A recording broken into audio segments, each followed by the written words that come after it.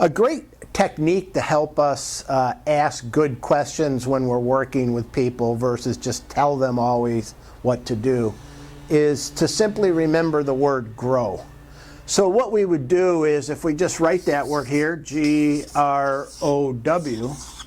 it helps us remember like what kind of questions to ask. So say we're meeting with a wrestler in a preseason meeting.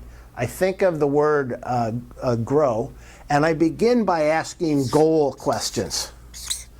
Eric, what do you hope to get out of the meeting today? Or Eric, what do you hope in terms of the season happens this year? What are your goals? What would you like to happen? Then I shift to reality questions. So the next one is reality. So Eric, what have you done so far to achieve those goals?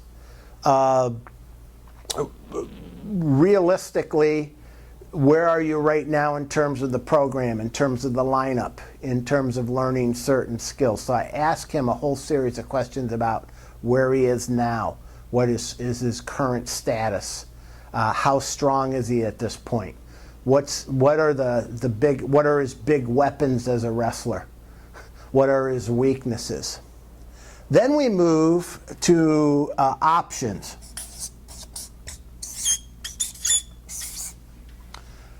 So in this conversation, I would then ask the wrestler, Eric, so Eric, what possibly could you do to improve your skills on your feet? What could you do to get more fit? What could you do to improve more academically? So I'm trying to get him to generate a list of possible options that he might have used. Sometimes questions go between two of these, reality and options. What have you done so far to work on that goal? What's worked for you? What does not work for you? Finally, our will questions. What we do is towards the end of our meeting, usually, but not always, I'll say, given what we've discussed today, what can I expect to see different this season out of you, Eric? Or what will I see the next 2 weeks?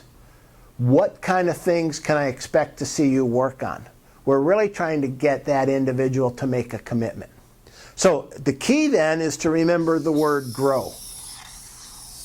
When I'm having a conversation, an interaction, a meeting with somebody, I deal with goal questions, reality questions, option questions, and will questions. The other thing to remember, these always don't have to go in the exact order.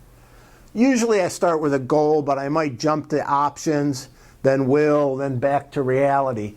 So it takes some practice. It's a little awkward at first, but you can easily incorporate it into your coaching style, off the mat, on the mat. And it can really pay benefits.